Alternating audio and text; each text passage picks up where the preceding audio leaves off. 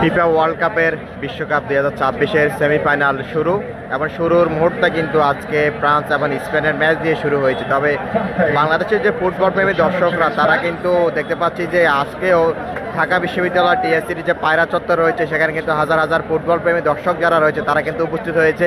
Brazil যদিও বাদ হয়ে গেছে এবং ব্রাজিল ছাড়া অন্যান্য যে দলের সাপোর্ট করতো বাংলাদেশের ফুটবল প্রেমীরা, যেমন ফ্রান্স ছিল, পর্তুগাল এবং মরক্কো এবং ইসলামিক যে দলগুলো ছিল এগুলোও কিন্তু অনেকেই কিন্তু সাপোর্ট করতো। ঠিক কয়েকটি দল এবং ব্রাজিল অন্যতম দল বাদ পড়ে যাওয়ার পরও আমরা দেখতে পাচ্ছি যে এই মুহূর্তে যে ফ্রান্স এবং স্পেনের যে ম্যাচটি সেমিফাইনালের প্রথম ম্যাচ এবং যে জিতবে সে কিন্তু ফাইনালে চলে যাবে। ঠিক এই মুহূর্তে ফিফা বিশ্বকাপ ফুটবল কাপের যে শেষ মুহূর্তের যে উন্মাদনা সেটি কিন্তু এই মুহূর্তে বাংলাদেশেও দেখা যাচ্ছে।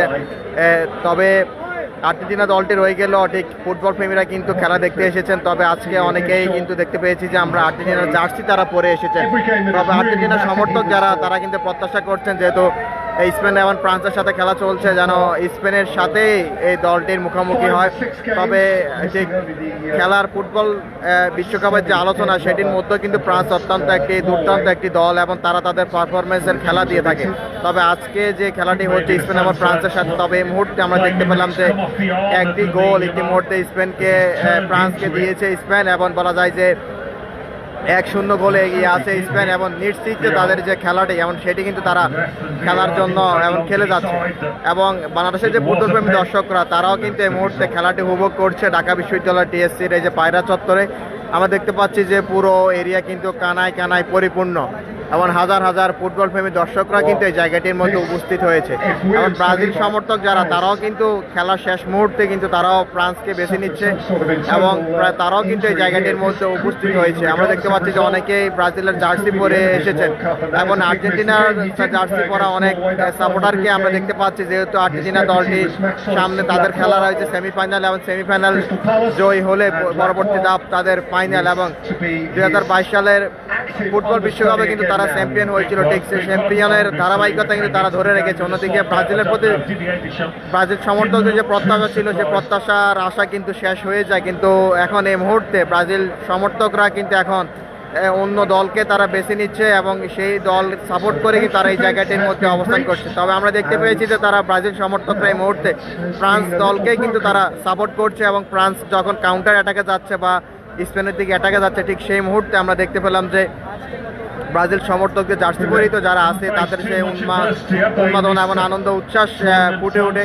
ঠিক অন্যদিকে স্পেনের গোলের সময় আমরা দেখতে পেলাম যে আর্জেন্টিনা পরে পোশাক পরা এবং জার্সি পরা যারা এসেছেন তাদের সেই মুহূর্তের আনন্দ উচ্ছ্বাস আমরা দেখতে পেয়েছি। ঠিক বলা যায় যে শেষ মুহূর্তে এসেও বাংলাদেশের ফুটবল বিশ্বকাপের যে আনন্দ আয়োজন সেটি কিন্তু এখনও রয়েছে এবং এই ফুটবল বিশ্বকাপ আসলে বাংলাদেশে লক্ষ্য করা যায় রাত জেগে হলেও ফুটবল খেলা দেখার যে এই পরিবেশ সেটি কিন্তু বরাবরই থাকে।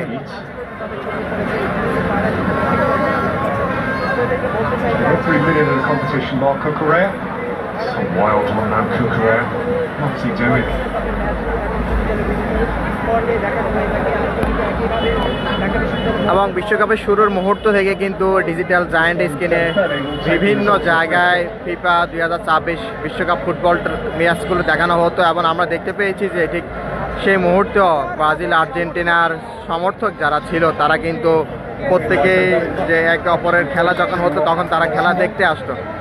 ঠিক সেমিফাইনালের যে উৎসবমুখর পরিবেশ সেটি কিন্তু এখনও রয়েছে এবং যেটি অনেকে প্রত্যাশা করেছিল যে ব্রাজিল এবং আর্জেন্টিনা সেমিফাইনালে মুখোমুখি হবে এবং সেই মুখোমুখি কিন্তু সেটি আর হয়নি। তবুও সে ফুটবল বিশ্বকাপের যে উন্মাদনা আনন্দ এবং ফুটবল বিশ্বকাপের প্রতি যে আগ্রহ সেটি কিন্তু এই মুহূর্তে এখনও রয়েছে এবং সেই রয়ে যাওয়ার যে প্রমাণ এবং দৃশ্য সেটি কিন্তু আমরা দেখতে পাচ্ছি এই মুহূর্তে ঢাকা বিশ্ববিদ্যালয় টিএসসির পায়রা চত্বরে। এবং এই জায়গাটির মধ্যে এই মুহূর্তে হাজার হাজার ফুটবল প্রেমী দর্শক তারা এই মুহূর্তে খেলা দেখছেন। এটি কিন্তু মধ্যরাত, এমন বলা যায় যে সেই ঘুমের সময় তারা সেই না ঘুমিয়ে তারা কিন্তু খেলা দেখতে মধ্যরাতে টিএসসির পায়রা চত্বরে তারা উপস্থিত হয়েছে। অন্যতম একটি জায়গা হচ্ছে ঢাকা বিশ্ববিদ্যালয়ের টিএসসি এবং এখানে ইতিমধ্যে হাজার হাজার দর্শক।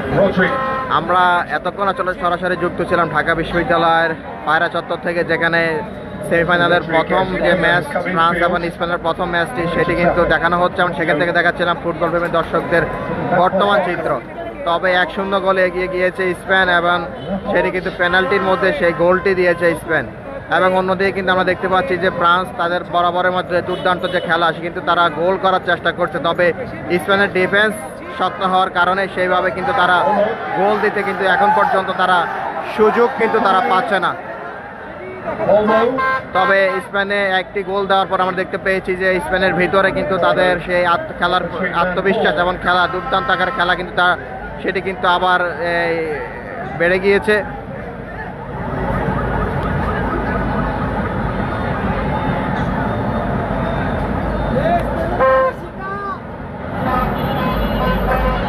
দর্শক, আমরা এতক্ষণ সরাসরি যুক্ত ছিলাম ঢাকা বিশ্ববিদ্যালয় টিএসসির পায়রা চত্বর থেকে, দেখাচ্ছিলাম ফুটবল উন্মাদনা 2026 ফুটবল বিশ্বকাপের যে মুহূর্তের প্রথম সেমিফাইনাল ম্যাচ দেখানো হচ্ছে, সেখানে ফুটবল প্রেমী দর্শকদের সর্বশেষ চিত্র। এতক্ষণ সরাসরি যুক্ত ছিলাম আমি আশরাফুল আমিন, আমার দেশ Dhaka. MVP and winning the Super Bowl for the New Orleans